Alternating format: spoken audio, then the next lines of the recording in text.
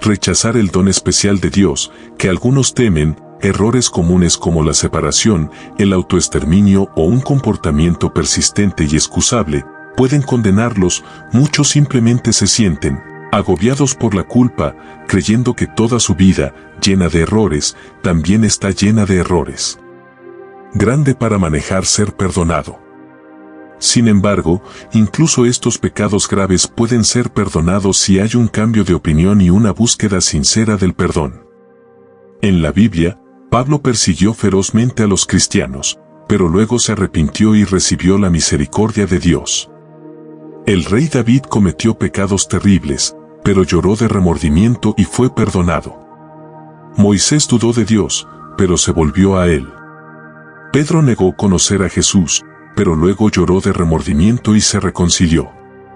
La verdad es que todos somos pecadores y necesitamos expiación mediante el sacrificio de Jesús, como dice Romanos capítulo 3 versículo 23, por cuanto todos pecaron y están destituidos de la gloria de Dios.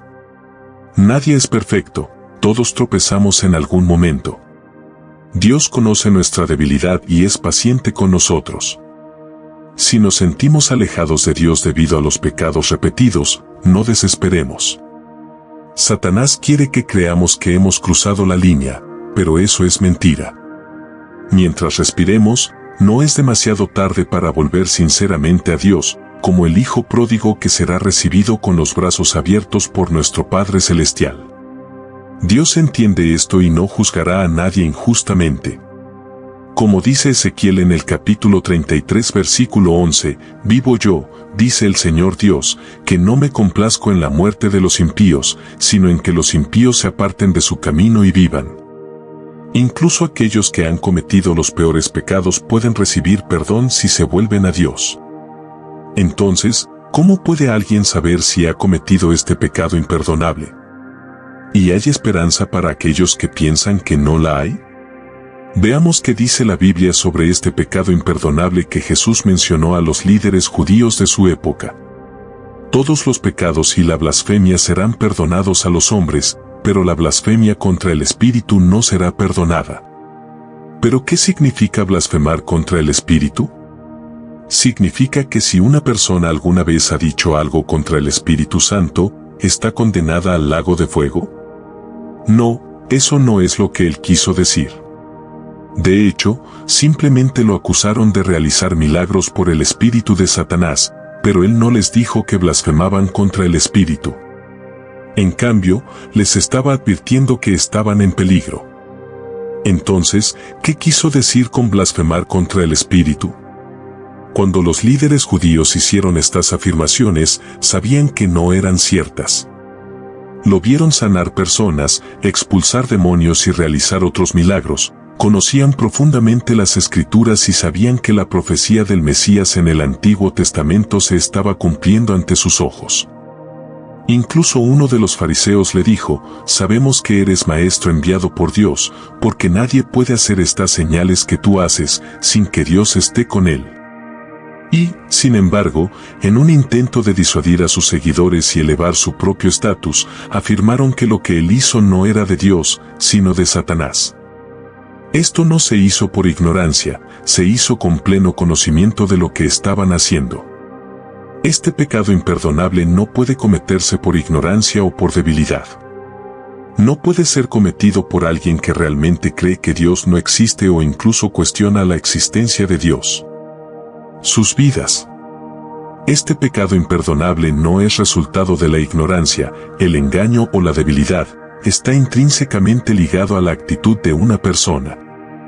En Hebreos capítulo 10 versículo 26 advierte que si pecamos voluntariamente después de recibir el conocimiento de la verdad, ya no hay sacrificio por los pecados. Asimismo, Hebreos capítulo 6 resalta la imposibilidad de aquellos que han sido plenamente iluminados, participantes del Espíritu Santo y han gustado la buena palabra de Dios, de ser renovados nuevamente para arrepentimiento.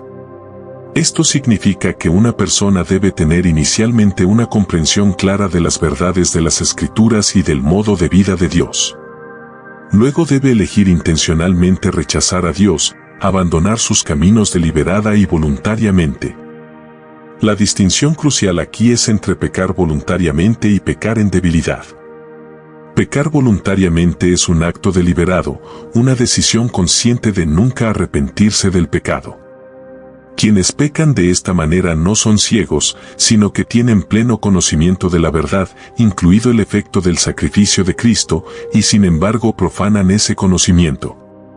Su conciencia está cauterizada, lo que les impide arrepentirse. Por otro lado, todos, incluidos los cristianos que se han arrepentido de sus costumbres anteriores y han aceptado el sacrificio de Jesús, todavía pueden fracasar y pecar voluntariamente, pero esto ocurre por debilidad, ignorancia, engaño o por costumbre.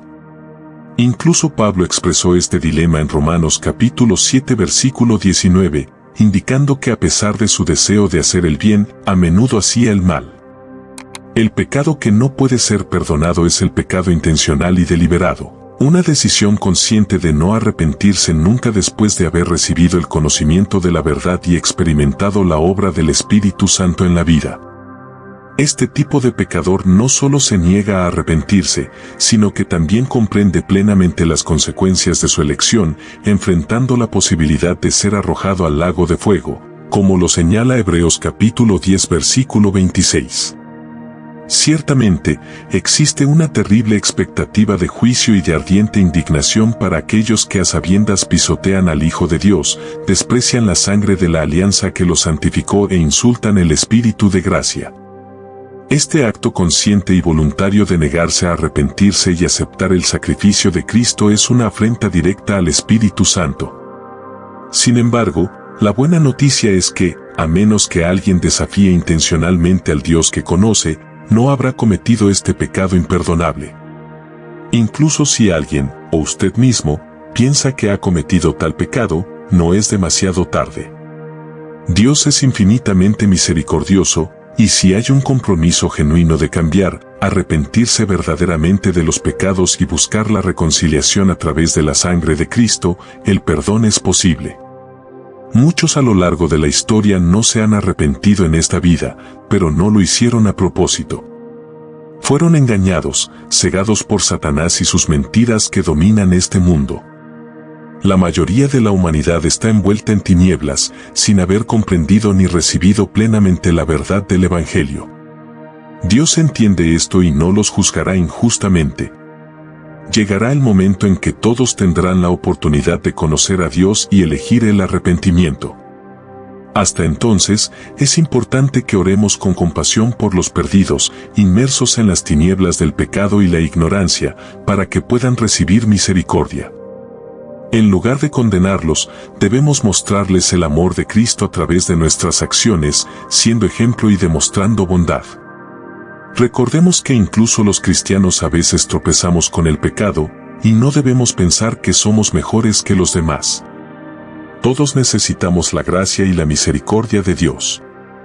Oremos unos por otros y corrijamos suavemente cuando sea necesario, recordando siempre que nuestro viaje espiritual es un proceso.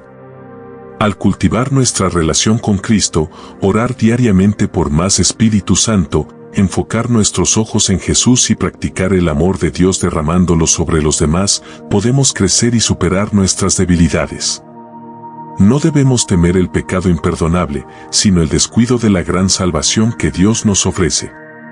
Su gracia es más que suficiente para perdonarnos y transformarnos a la imagen de Cristo.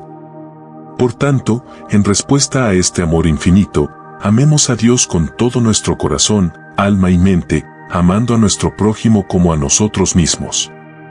Así, nuestro gozo será completo al glorificar a Dios a través de una vida llena de bondad, rectitud y verdad. Dios los bendiga.